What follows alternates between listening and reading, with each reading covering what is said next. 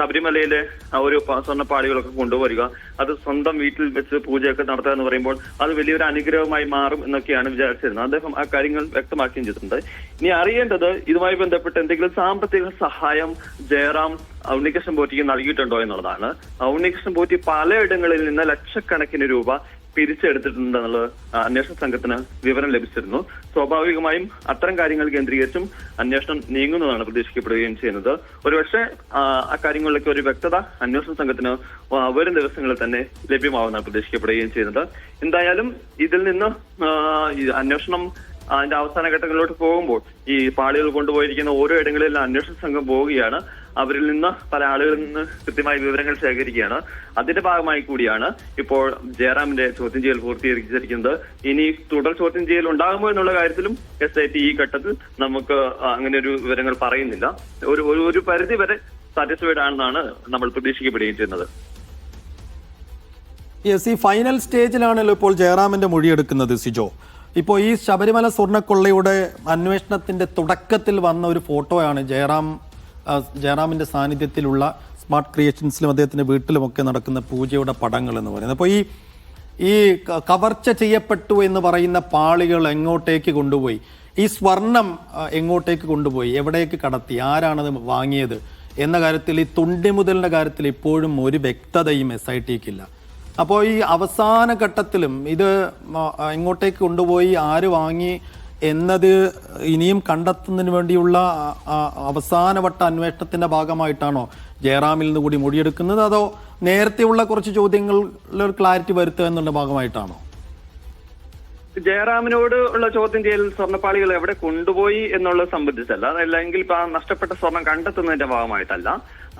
നേരെ മറിച്ച് ഈ അന്വേഷണം അതിന്റെ നടപടിക്രമങ്ങൾ പൂർത്തിയാക്കുന്നതിന്റെ ഭാഗമായിട്ടുള്ളതെന്നാണ് എനിക്ക് മനസ്സിലാകുന്നത്. കാരണം ഈ സ്വർണ്ണപ്പാളികൾ എവിടെ കൊണ്ടുപോയി, അതായത് അത് എവിടെ വെച്ച് കവർച്ച ചെയ്യപ്പെട്ടു എന്നുള്ളത് സംബന്ധിച്ച് പ്രധാനമായി അന്വേഷണം നടക്കുന്നത് ചെന്നൈയിലെ സ്മാർട്ട് ക്രിയേഷൻസിലാണ്.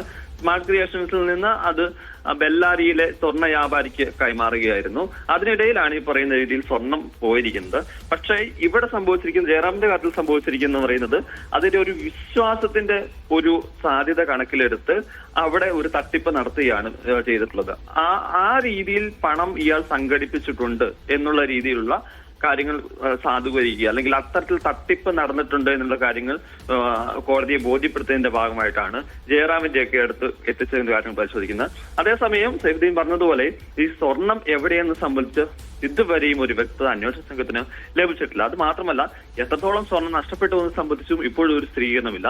നമ്മൾ നേരത്തെ പ്രതീക്ഷിച്ചിരുന്നത് തിരുവനന്തപുരത്തെ VSSൽ നടത്തിയ ശാസ്ത്രീയ പരിശോധനയിലൂടെ വളരെ വേഗത്തിൽ തന്നെ അതുമായി ബന്ധപ്പെട്ട വിവരം ലഭിക്കുമെന്നാണ്. പക്ഷേ ആദ്യഘട്ട പരിശോധന കഴിഞ്ഞപ്പോൾ അതിന്റെ പൂർണ്ണമായ ഒരു വിവരങ്ങൾ അന്വേഷണ സംഘത്തിന് ലഭിച്ചിട്ടില്ല. ഏറ്റവും അവസാനവും ഈ VSSലെ സയന്റിസ്റ്റുകൾ നൽകിയിരിക്കുന്ന മൊഴി അനുസരിച്ച് അതിന്റെ പാളികൾ പൂർണ്ണമായും നഷ്ടപ്പെട്ടില്ല. അതേസമയം പാളികൾ കൊണ്ടുപോയി അതിൽ നിന്ന് സ്വർണം ഉരുക്കിയെടുത്തിട്ടുണ്ട് എന്നുള്ളതാണ്. അതാണ് അതും നമുക്ക് പൂർണ്ണമായി ഒരു സ്ഥിരീകരിക്കുന്ന രീതിയിലേക്ക് ഇതുവരെ എത്തിയിട്ടില്ല. അത് അങ്ങനെ ഒരു നിഗമനത്തിലേക്കാണ് ഇപ്പോൾ ശാസ്ത്രജ്ഞർ എത്തിയിരിക്കുന്നത്. എന്തായാലും അവർ അതിന്റെ കൂടുതൽ പരിശോധനകൾ നടത്തുകയാണ്. രണ്ടാമതും ശബരിമലയിലെത്തി അതിന്റെ ഭാഗമായിട്ടാണ് പരിശോധന നടത്തിയിരിക്കുന്നത്. ഇനി ഏറ്റവും പ്രധാനപ്പെട്ട കാര്യം എന്ന് പറയുന്നത് ഈ സ്വർണം കണ്ടെത്തുക എന്നുള്ളതാണ്. അത് വളരെ വേഗത്തിൽ കണ്ടെത്താനുള്ളൊരു നടപടികളിലേക്കാണ് SIT പോവുകയും ചെയ്യുന്നത്. അതിനിടെയാണ് ഈ പറയുന്ന രീതിയിൽ കേസിൽ അറസ്റ്റിലായപ്പെട്ട ഓരോ പ്രതികളും കുറ്റപത്രം സമർപ്പിക്കാത്തതിന്റെ പേരിൽ ജയിൽ മോചിതനാകുകയും ചെയ്യുന്നത്. ഇപ്പൊ രണ്ട് പ്രതികൾ ജയിൽ മോചിതരായിട്ടുണ്ട്. ഇന്നലെയും ഒരു പ്രതിയുടെ ഈ അറസ്റ്റ് ചെയ്ത ശേഷം 90 ദിവസം പൂർത്തിയായിട്ടുണ്ട്.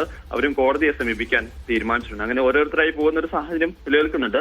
പക്ഷെ ചാർജ് ഷീറ്റ് സമർപ്പിക്കുന്ന സമയത്ത് നല്ല കൃത്യതയോടെ വ്യക്തതയോടെ വിവരങ്ങൾ സമർപ്പിച്ച് ഈ പ്രതികൾക്ക് പരമാവധി ശിക്ഷ വാങ്ങിക്കൊടുക്കാനുള്ള ശ്രമത്തിലാണ് SIT ഈ ഘട്ടത്തിലുള്ളത്. അപ്പോൾ ഈ കേസ് അന്വേഷണവുമായി ബന്ധപ്പെട്ട ഒരു നിർണായക നീക്കമാണ് SITയുടെ ഭാഗത്തുനിന്നുണ്ടായിരുന്നത്. ശബരിമല സ്വർണ്ണക്കൊള്ള കേസുമായി ബന്ധപ്പെട്ട നടൻ ജയറാമിനെ ചോദ്യം ചെയ്തിരിക്കുന്നത് ഏതെങ്കിലും തരത്തിൽ ജയറാമിനെ ഈ കൊള്ളയുമായി ബന്ധപ്പെട്ടുള്ള പങ്കല്ല, മറിച്ച് ഉണ്ണികൃഷ്ണൻ പോറ്റിക്കെതിരെയുള്ള കൂടുതൽ തെളിവുകൾ ശേഖരിക്കുക എന്നുള്ളത് തന്നെയാണ് ജയറാമിനെ ചോദ്യം ചെയ്യുന്നതിലൂടെ SIT ലക്ഷ്യമിടുന്നത്. ഈ സ്വർണ്ണപ്പാളിയും ദ്വാരപാലക ശില്പവും ഒക്കെ ചെന്നൈയിലടക്കം എത്തിച്ച്, ചെന്നൈയിൽ മാത്രമല്ല വിവിധയിടങ്ങളിൽ എത്തിച്ച് പൂജകളൊക്കെ നടത്തിയിരുന്നു. അതിലേതെങ്കിലും തരത്തിലൊരു സാമ്പത്തിക നേട്ടം ഉണ്ണികൃഷ്ണൻ പോറ്റി ഉണ്ടാകും ഉണ്ടാക്കിയിട്ടുണ്ടോ തുടങ്ങിയ കാര്യങ്ങളിൽ ഒരു വ്യക്തത വരുത്തുക എന്നുള്ളത് തന്നെയായിരുന്നു പ്രധാനമായും SITയുടെ ലക്ഷ്യം. അതുമായി ബന്ധപ്പെട്ടുള്ള ചോദ്യം ചെയ്യലാണ് ചെന്നൈയിൽ വെച്ച് നടന്നത്. തുടർ ചോദ്യം ചെയ്യൽ ഉണ്ടാകുമോ, SITക്ക് ഇതുമായി ബന്ധപ്പെട്ട മുഴുവൻ വിവരങ്ങളും കിട്ടിയോ തുടങ്ങിയ കാര്യങ്ങളൊക്കെ ഇനി അറിയേണ്ടതുണ്ട്. നേരത്തെ തന്നെ ജയറാം പോറ്റി അറിയാമെന്നും അവിടെ പൂജ നടന്നിരുന്നുവെന്നും പറഞ്ഞിരുന്നു. പക്ഷേ അതിൽ സ്വർണ്ണപ്പാളി, കട്ടിളപ്പാളി തുടങ്ങിയ കാര്യങ്ങൾ ഒരു ആശയക്കുഴപ്പം ആ മൊഴികളിൽ നിലനിൽക്കുന്നുണ്ടായിരുന്നു. അതുകൊണ്ട് തന്നെ അത് കുറച്ചുകൂടി വ്യക്തത വരുത്തുക എന്നുള്ള ഉദ്ദേശം കൂടിയായിരിക്കുന്നു അന്വേഷണ സംഘത്തിനുള്ളത്.